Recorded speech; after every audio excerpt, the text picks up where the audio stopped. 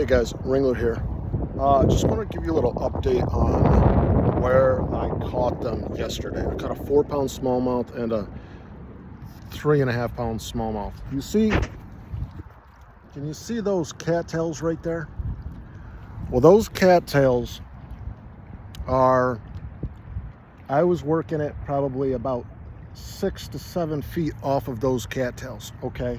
Right in that spot. And I would stand over here and make a line. You see where that buoy marker is down there, 269?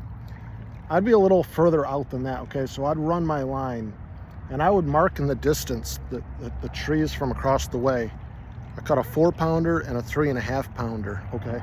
My theory, what was going on was it warmed up in the afternoon and the bait fish were moving to those cattails right there, okay? And the smallmouth weren't right up in the cattails, but they were sitting off of the first ledge of rock, and they were just ambushing bait as it moved in and out of those cattails.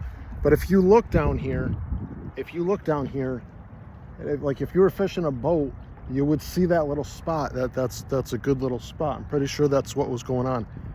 Sunfish, the bluegill, pumpkin seeds, all the bait wants to get up there, and I'm pretty sure those smallmouth were just sitting there intercepting them.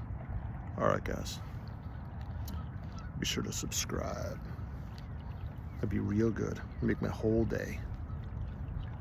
Okay, bye.